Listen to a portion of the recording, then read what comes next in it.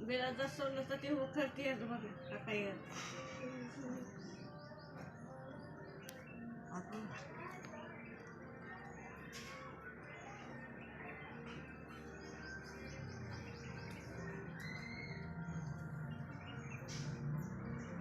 रतनबाई आहे का म्हणते रतनबाई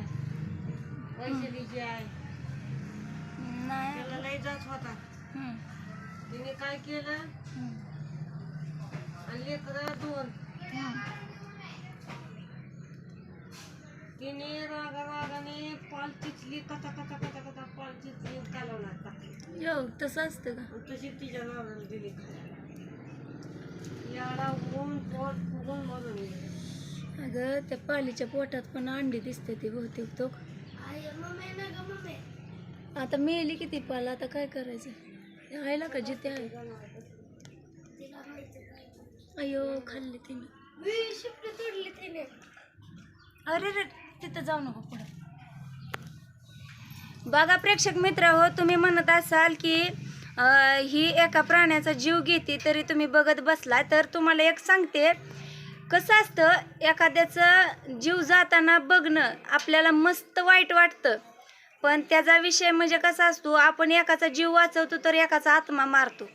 जेव्हा त्यानं स्वतःहून शिकार केलेली असते आणि शिकार करून तो त्याचं पोट भरत असतं नैसर्गिकरित्या ही नित्यक्रम चालत आलेला आहे की एका भक्ष्यानं दुसऱ्या भक्ष्याला खाणे ही नित्यक्रम चालत आल्यामुळं आपण एखाद्याच्या मुखातून ते भक्ष्य घेऊ शकत नाही राहू शकत नाही कारण हा नैसर्गिक आपल्याला हक्क नाही त्यानं त्याच्या शिकारीवरती त्याच्या जोरावरती त्याच्या मेहनतीवरती त्यानं एक शिकार केलेली असते त्याच्या पोटासाठी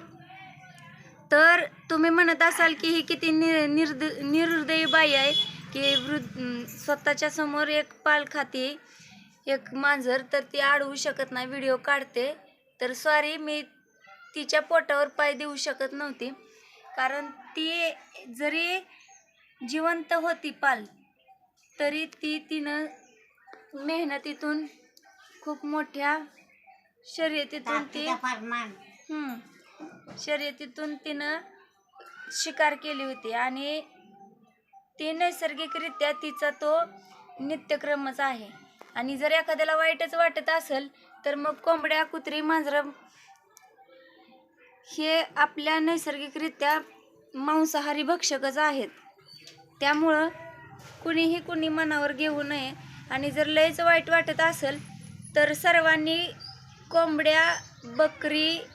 मच्छी यांचा हत्या करणे सोडून देणे खाणे सोडून देणे